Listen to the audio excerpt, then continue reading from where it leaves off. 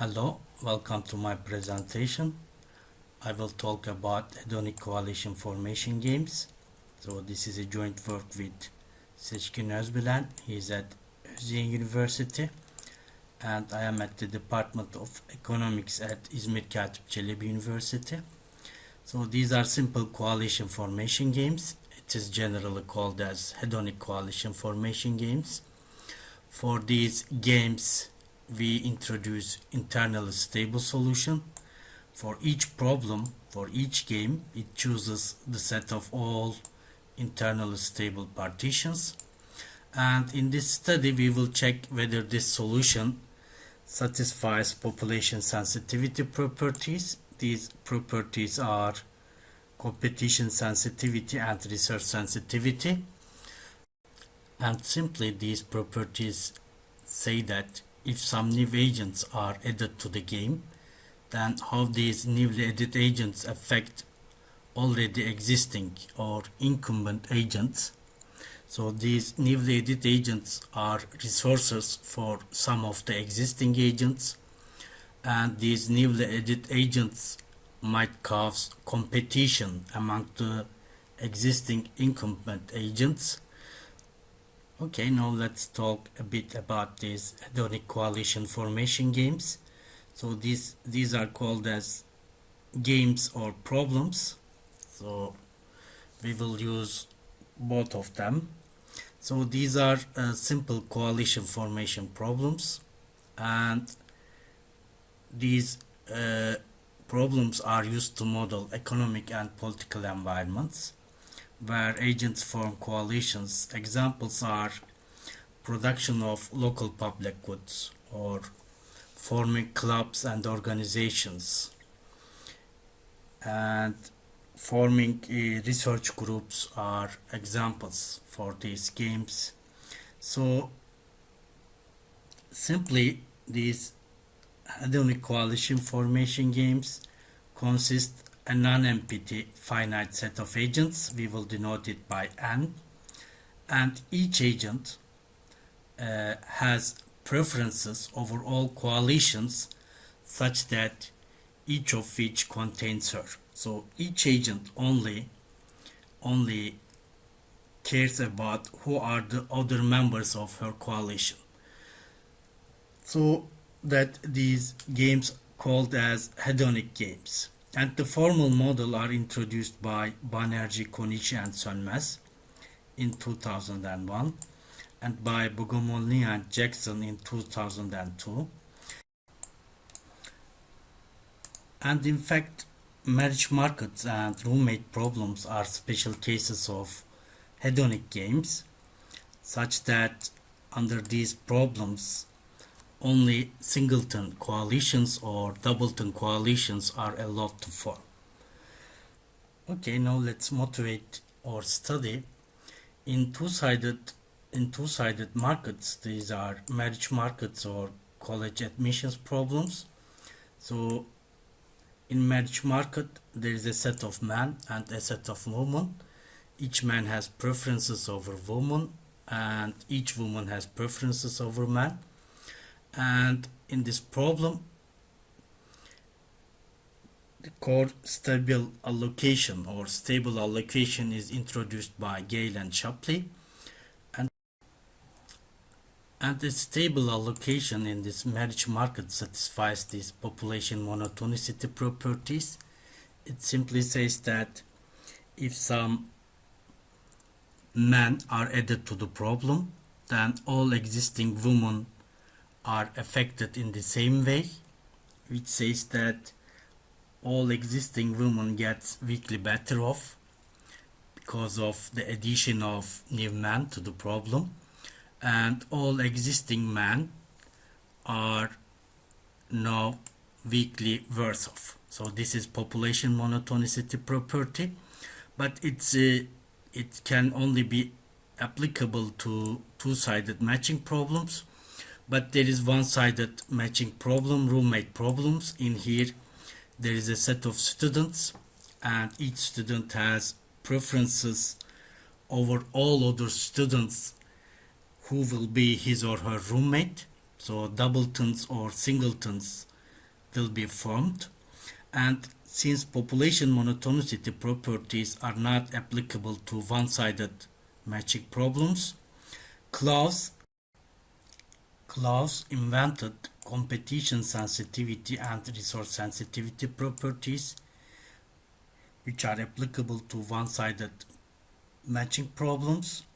And with these population sensitivity properties, instead of these population monotonicity properties, Klaus and John and Klaus obtained characterizations of the core for marriage markets and roommate markets. And then myself and Klaus in 2017, we extended these competition sensitivity and resource sensitivity problems to hedonic coalition formation games, and we obtained some characterizations of the core for these hedonic games. And in these characterizations we use competition sensitivity and resource sensitivity. And in this study we introduced this internally stable solution. I will provide the formal definition, and then we check whether these internally stable solution satisfy these competition sensitivity and resource sensitivity, and so that is there any hope to characterize these internally stable solution with these population sensitivity properties. And now we can introduce the formal hedonic coalition formation games. So in here there is a universal set of agents, and N denotes a finite set of agents, and non-empty subset of H is called a coalition, and a generic agent denoted by I, and each agent I has a strict ranking, strict preferences of all coalitions of N that contain agent I. For example, for when we consider three coalitions S, T and U, these are subset of N, and each of these coalitions contain the agent I. And now we denote agent I preferences, strict preferences, by this notation, and then which simply means that the best coalition for agent I is S, and then T, and then agent I prefers to stay alone rather than to be a member of coalition U, and so on. So coalitions are ranked from left to right, from best to worst, and a collection of agents' preferences in the society N denotes a preference profile. And now a hedonic coalition formation game or a hedonic coalition formation problem consists of a set of agents N and the preferences of these agents in N. So this is a pair, a set of agents N, and then their preferences. And in here each agent's preferences are over all coalitions of N that contain herself, so that this game is called as the hedonic game. And now this aspect was first introduced by Dreze and Greenberg. An outcome of a hedonic coalition formation game is a partition, which is a non-empty collection of coalitions such that their union is equal to the set of agents, and these coalitions are pairwise disjoint. Pi I denote the unique coalition in partition pi that contain agent I. So since agents' preferences are hedonic, so for any two partitions pi and pi prime, agent I prefers partition pi to partition pi prime if and only if she prefers the coalition that she is in under partition pi to that of under partition pi prime. And a solution phi is a correspondence which assigns a set of partitions for each given hedonic game. Since we consider correspondences. Agents who compare outcomes, in fact, are comparing sets. When we take two hedonic games, in this case we assume that agents are pessimistic, and he compares the first partition in this set to the worst partition in this set. These sets are the partitions chosen by the solution phi for these two hedonic games. If the worst partition in this set is strictly better than the worst partition in this set, then that means for all partitions in this set, there exists a partition pi prime, which is the worst partition in this set, such that pi is strictly preferred to pi prime, so that all partitions in this set are strictly preferred to the worst partition in this set. And now we introduce some properties. So for a partition is given for a hedonic game, then this partition is blocked by a coalition T if each agent in this coalition T strictly prefers T to the coalition that she is in under partition pi. So such a coalition T is called a blocking coalition for pi, and the partition pi is core stable if there is no blocking coalition for pi, and core denotes the sort of all core partitions for this hedonic game, and the hedonic game is solvable if its core is non-empty. So on the domain of solvable hedonic games, a solution phi is core stable if it only assigns core stable partitions, and the core is the solution that always assigns all core stable partitions. A partition is individually rational for a given hedonic game if for all agents I, she prefers the coalition that she is a member of under partition pi to stay alone, and a solution is individually rational if it only assigns individual rational partitions. See that a core stable partition is individually rational. And now we can introduce internal stability. A coalition H for a hedonic game is internally stable if there does not exist a subcoalition S of H such that for all agents in S is strictly preferred to the coalition H. And if such a coalition S exists, then we say that S internally blocks coalition H. And the partition pi is internally stable for a given hedonic game if every coalition in pi is internally stable.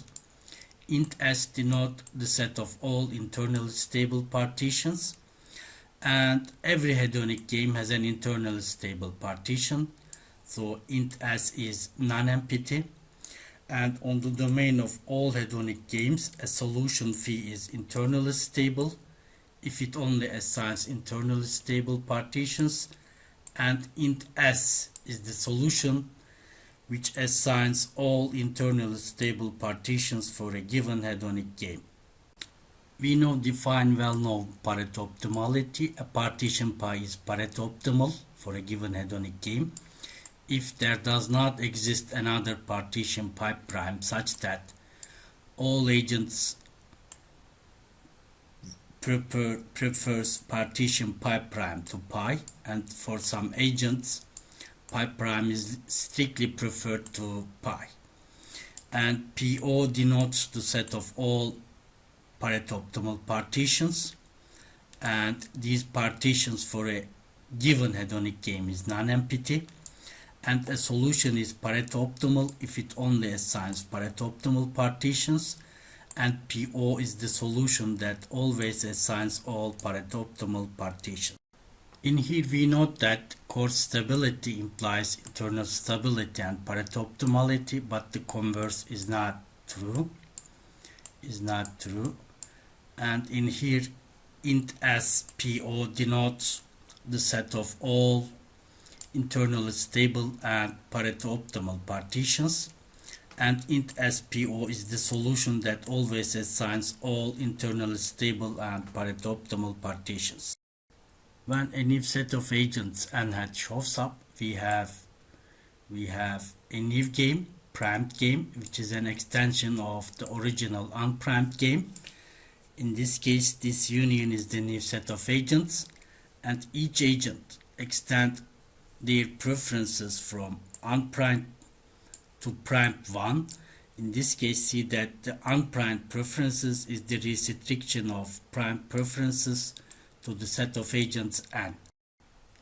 And now adding some newcomers N hat might be a positive or negative change for any of the existing agents in N, because these newcomers might mean more competition or more resources. And now what competition sensitivity means. So we have an original game, unprimed game, and an extension of this unprimed game, which is a primed game. And now we will see that if a coalition consisting of only incumbent agents newly formed after some newcomers have arrived. So in here, for all partitions pi, in the solution of the original game, there exists a partition pi prime in the solution of the extension game, such that for all coalitions H that are newly formed at the